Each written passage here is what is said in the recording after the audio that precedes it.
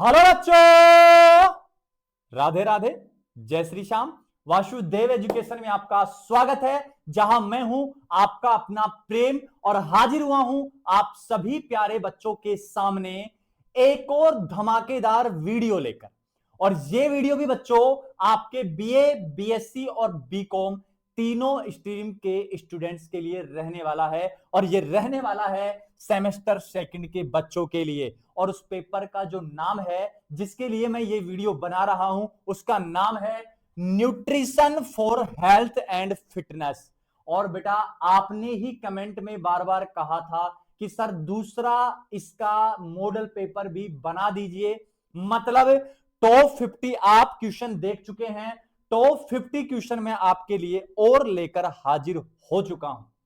बस आपको क्या करना है, आपको क्या करना है बेटा, चैनल को सब्सक्राइब करना है, बेल आइकन को हिट करना है, नोटिफिकेशन को ऑन करना है, और जितने आपके यार बेली हैं सबको शेयर कर देना और बता देना कि अब आगाज हो चुका है और एग्जाम एंड तक हम रुकने वाले नहीं हैं किसी भी हाल में। तो सुनो, टॉप 50 क्वेश्चंस की अगर मैं बात करूं तो ये रहने वाला है वीएसी का पेपर है 52T104, इसका कोड रहने वाला है। वैल्यू एडेड कोर्स है ये। और ये वैल्यू एडेड कोर्स जितने भी होते हैं इनमें एमसीक्यूज आते हैं बेटा। क्या आते हैं इनमें? एमसीक्यूज आते हैं। 50 एमसीक्यू मैं पिछले लेक्चर में करवा चुका हूं, आपने वो वीडियो देख लिया होगा जो मैंने कल करवाया था शाम को 6:15 बजे या 6:30 बजे समथिंग आया होगा वो, ठीक है। अब 50 एमसीक्यू अपन और देख लेते हैं, तो जल्दी से सभी बच्चे जुड़ जाएंगे मेरे साथ यानी प्रेम सर के साथ करने के लिए सॉल्यूशन इन क्वेश्चंस का, इन एमसीक्यू का। क्लियर है बात? तो सबसे पहला जो एमसीक्यू है वो आपको दिख गया होगा, और वो सबसे पहला एमसीक्यू क्या है? स्वास्थ्य का सामाजिक पक्ष किससे संबंधित है? स्वास्थ्य का सामाजिक पक्ष किससे संबंधित है ये आपको बताना है। ये आपको बताना है तो दूसरों के साथ संबंध से, दूसरों के साथ अच्छे संबंध से, ठीक है। सामाजिक संबंध पूछा बेटा, तो हमारा क्या है कि दूसरे के साथ अगर सामाजिक संबंध अच्छा है ना तो स्वास्थ्य भी अच्छा है। वो ऐसे नहीं कहते, अपने देहाती भाषा में कहावत कही जाती है, या तो दूसरा ने देख देख कर जल जल के पतलो हो रही है। आगे बात समझ में? तो दूसरे के साथ अगर अपने जो सामाजिक संबंध है अगर वो अच्छे हैं तो स्वास्थ्य भी अच्छा रहता है, ठीक है। नेक्स्ट है, निम्न में से कौन शारीरिक दक्षता का कौशल संबंधी घटक है? तो इसमें करना है बेटा संतुलन। जो आपका बैलेंस है वो शारीरिक दक्षता कौशल का संबंधी घटक रहने वाला है। क्वेश्चन नंबर अगर थर्ड की ओर बढ़ूं तो क्वेश्चन नंबर थर्ड है बेटा अपने पास, भोजन से प्राप्त ऊर्जा की अंतरराष्ट्रीय इकाई क्या है? भोजन से प्राप्त जो ऊर्जा होती है उसकी अंतरराष्ट्रीय इकाई जो होती है वो होती है बच्चों क्या? जूल। क्या होती है बेटा? जूल होती है। ऊर्जा को जूल में, किलो जूल में, कैलोरी में और किलो कैलोरी में मापा जाता है, लेकिन जो अंतरराष्ट्रीय इकाई है वो क्या है अपने पास? जूल है, according to WHO। Question number 4 क्या कह रहा है? भारतीय आहार पिरामिड के आधार पर आधार भाग में कौन सा खाद्य समूह रखा जाता है? पिछले वाले लेक्चर में शीर्ष भाग था, अब अपने पास क्या है बेटा? कौन सा भाग है? आधार भाग है। आधार भाग में क्या रखा जाता है? अनाज एवं कंद मूल रखे जाते हैं। जो कंद वाली जो सब्जियां जितनी भी होती हैं उनको रखा गया है और अनाज को रखा गया है। क्लियर है बात? नेक्स्ट क्वेश्चन की ओर अगर मैं बढ़ूं तो नेक्स्ट क्वेश्चन क्या कह रहा है? नेक्स्ट क्वेश्चन कह रहा है पोषक सघनता का अर्थ क्या है? पोषक सघनता का आपको अर्थ बताना है। न्यूट्रिएंट डेंसिटी आपको बतानी है, और न्यूट्रिएंट जो डेंसिटी है वो होती है बेटा भोजन में पोषक तत्वों की मात्रा। इसमें बी आंसर आएगा बेटा क्या? भोजन में पोषक तत्वों की मात्रा हमको देखनी है। नेक्स्ट है, निम्न में से कौन पैकेट बंद तैयार भोजन का उदाहरण है? निम्न में से कौन है पैकेट बंद भोजन, तैयार भोजन का उदाहरण है? तो वो है बेटा तैयार पैक किया गया नाश्ता। ताजी सब्जियां भी नहीं आती, घर की बनी रोटियां भी नहीं आती, अंकुरित अनाज भी नहीं आता, तो क्या आएगा? तैयार पैक किया गया नाश्ता जो है वो हमारे पास पैकेट बंद तैयार भोजन का उदाहरण रहने वाला है। नेक्स्ट देखो क्वेश्चन नंबर 7, खाद्य पदार्थों में मिश्रण को एक समान बनाए रखने हेतु किसका उपयोग किया जाता है? खाद्य पदार्थों में मिश्रण को, जो मिश्रण बनाते हैं ना खाद्य पदार्थों का, उसको एक समान बनाए रखने के लिए, एक जीव रखने के लिए उसमें स्त्री कारक मिलाए जाते हैं। उसमें स्टेबलाइजर या इमल्सीफायर मिलाए जाते हैं। इनको इमल्सी कारक भी कहते हैं। क्या कहते हैं बेटा? इनको इमल्सी कारक भी कहते हैं। अब खैर आपने पढ़ा नहीं, एक चलती थी कोलाइड अवस्था, और कोलाइड अवस्था में इनका जिक्र होता है किनका? इमल्सीफायर का, इमल्सन का, पायस जिसको कहते हैं, पायस भी कहते हैं इनको। 8 नंबर बेटा, अत्यधिक प्रसंस्कृत खाद्य पदार्थों में सामान्यतः किसकी कमी होती है? इनमें कमी होती है बेटा आहार रेशे की कमी होती है, डाइटरी फाइबर की कमी होती है, और जो अपना भोजन है ना उसमें रेशे फाइबर होने बहुत जरूरी है बेटा। ये क्या करते हैं? अपन को हेल्दी रखने का काम करते हैं। क्वेश्चन नंबर 9 की ओर बढ़ो, और क्वेश्चन नंबर ये रहा आपकी स्क्रीन पर। क्या कह रहा है? गतिहीन जीवन शैली का अर्थ क्या होता है? गतिहीन जीवन शैली का अर्थ क्या होता है? तो इसका मतलब होता है बेटा शारीरिक गतिविधियों का अभाव होना। क्या है यहां? शारीरिक गतिविधियों का अभाव होना, ये हमने कहा है यहां पर। नेक्स्ट है, ऊर्जा संतुलन कब माना जाता है? ऊर्जा संतुलन माना जाता है जब ऊर्जा सेवन और ऊर्जा व्यय समान हो, मतलब बॉडी बैलेंस हो। जितनी आप ऊर्जा खर्च कर रहे हैं उतनी ऊर्जा आपको लेनी जरूरी होती है, तो ये ऊर्जा संतुलन माना जाता है। ठीक है, अब ये नहीं कि आप एनर्जी मेरी तरह बहुत ज्यादा खर्च कर रहे हैं, बोलने में कर रहे हैं, लेकिन खाने का कोई जिक्र नहीं है, पौष्टिक भोजन का कोई जिक्र नहीं है, संतुलित आहार का, फल फ्रूट सब्जियों का कोई जिक्र नहीं है, तो बॉडी फिर वीक हो जाती है। ठीक है, ये कहानी होती है सारी की सारी। तो मैं भी थोड़ा अब इस पेपर के बाद थोड़ा बॉडी पे ध्यान दूंगा, और अच्छे से मैं जो जितने भी पोषक तत्व हैं उनको लिया करूंगा। ठीक है, भोजन में सूक्ष्म पोषक तत्वों का मुख्य कार्य क्या है? तो ये क्या करते हैं बेटा? शरीर की क्रियाओं का नियमन बनाते हैं। शरीर की जितनी भी क्रियाएं होती हैं उनका क्या करते हैं? नियमन करते हैं। उन फंक्शन को क्या करते हैं? ये रेगुलेट करते हैं। संतुलित आहार का मुख्य उद्देश्य क्या है? संतुलित आहार का मुख्य जो उद्देश्य है वो क्या है? वृद्धि, विकास एवं स्वास्थ्य बनाए रखना। क्या है बेटा? वृद्धि, विकास और स्वास्थ्य को बनाए रखना। नेक्स्ट अगर मैं बात करूं तो नेक्स्ट हमारे पास है 13 नंबर है, भोजन में आयोडीन का प्रमुख कार्य क्या है? सबको पता है कि भोजन जो होता है उसमें आयोडीन अगर है तो नमक है, नमक थायराइड ग्रंथि के कार्यों का क्या करता है? नियमन करता है। थायराइड जो ग्लैंड है उसका फंक्शन या रेगुलेशन करता है। नेक्स्ट है, कुपोषण का एक प्रमुख कारण क्या है? आप देखते हो ना काफी बच्चे, खैर अब तो नहीं है भारत में कुपोषण, लेकिन हाँ जैसे 2005 से पहले की बात की जाए तो कहीं ना कहीं कुपोषण की व्यवस्था हमारे यहाँ भी थी। व्यवस्था तो कह ही सकते हैं उसको, क्योंकि लोगों को ना जो दैनिक दिनचर्या के लिए आवश्यक खाना भी नहीं मिल पाता था, कुपोषित हो जाते थे बच्चे। ठीक है, आवश्यक पूर्ति नहीं हो पाती थी, बॉडी पैरालाइज हो जाती थी, पतली दुबली होती थी, ऐसे होता था, कुबड़ निकल आता था, काफी चीजें थी। नेक्स्ट क्या है? पोषक तत्वों की कमी। पोषक तत्वों की कमी एक प्रमुख कारण है किसका? कुपोषण का। नेक्स्ट देखो, नेक्स्ट अपने पास 15 नंबर है, भोजन में प्रोटीन की कमी से कौन सी समस्याएं उत्पन्न होती हैं? तो भोजन में प्रोटीन की कमी है तो आपकी जो ग्रोथ है, आपकी जो ग्रोथ है बेटा वो रुक जाएगी, वो रुक जाएगी बेटा। काफी लोग जो बौने रह जाते हैं ना, कुछ तो जेनेटिक होता है और कुछ कहीं ना कहीं उनमें प्रोटीन जो होता है ना वो कम मात्रा में होता है, इस कारण उनकी ग्रोथ रुक जाती है। ठीक है, ऐसे लंबाई की ग्रोथ नहीं, बॉडी की ग्रोथ भी उनकी रुक जाती है। नेक्स्ट है 16 नंबर, शारीरिक सक्रियता का संबंध किससे है? तो स्वास्थ्य संवर्धन, हेल्थ प्रमोशन से शारीरिक सक्रियता का संबंध होता है। मतलब बेटा काफी बार आपने ऐड देखा होगा कि अगर ये है तो ये कर लेना, जैसे टीबी का ऐड आता था, अमिताभ बच्चन करता था, तो आपकी जो शारीरिक जो प्रमोशन, हेल्थ प्रमोशन उनको बढ़ा रहा है कि अगर टीबी हो जाए आपको तो आपको घबराना नहीं है, ये ट्रीटमेंट आपको लेना है, ये सब चीजें वहां पर होती थी। नेक्स्ट अगर बात करूं मैं तो नेक्स्ट हमारे पास है 17 नंबर, और 17 नंबर है, अधिक वसा युक्त भोजन का निरंतर सेवन किससे जुड़ा है? अधिक वसा युक्त भोजन का निरंतर सेवन किससे जुड़ा है? तो बेटा ये हमारे पास जुड़ा है किससे? मोटापे से। अगर जितनी ज्यादा फैट लोगे, जाहिर सी बात है अगर बॉडी में फैट की मात्रा ज्यादा बढ़ेगी तो मोटापा बढ़ जाएगा, इसमें कुछ ज्यादा सोचना ही नहीं है। नेक्स्ट क्या कहा है? भोजन में लौह तत्व का प्रमुख कार्य क्या है? भोजन में लौह तत्व का प्रमुख कार्य क्या है?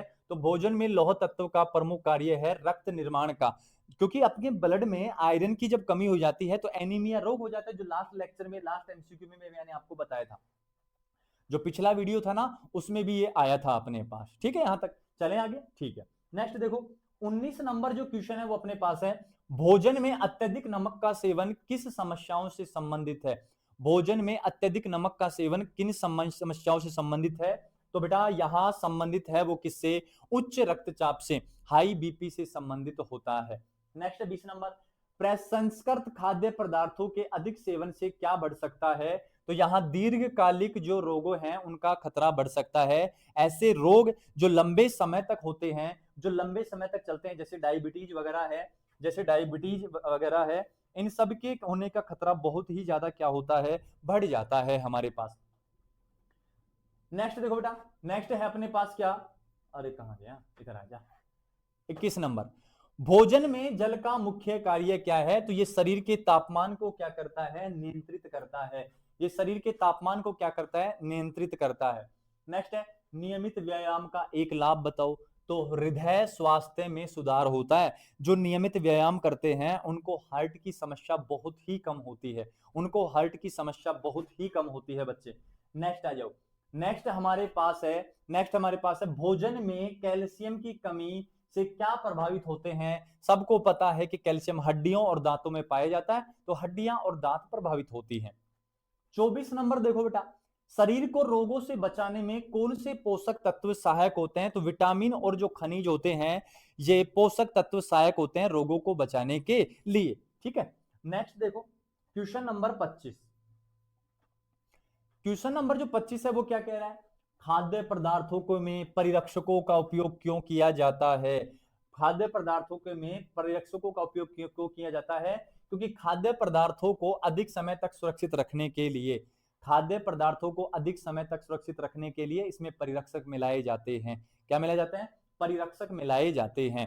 आहार रेशा का प्रमुख लाभ क्या है? नेक्स्ट क्वेश्चन है, आहार रेशा का प्रमुख लाभ क्या है? तो बेटा कब्ज से बचाव करना। ये जो फाइबर्स होते हैं ना, ये आपको कब्ज के रोग से बचाते हैं। तो नियमित आपको फाइबर का सेवन करना भी बहुत ही ज्यादा जरूरी होता है। मतलब जो आपका फूड है उस फूड में आपको फाइबर का सेवन भी करना होता है। समझ गए सभी बच्चे मेरी बात को? नेक्स्ट देखो बेटा, नेक्स्ट अपने पास कौन सा है, नेक्स्ट अपने पास है 27। मोटापा मुख्यतः किस कारण होता है? मोटापा मुख्यतः होता है बेटा उच्च ऊर्जा सेवन, ऊर्जा व्यय से अधिक होना।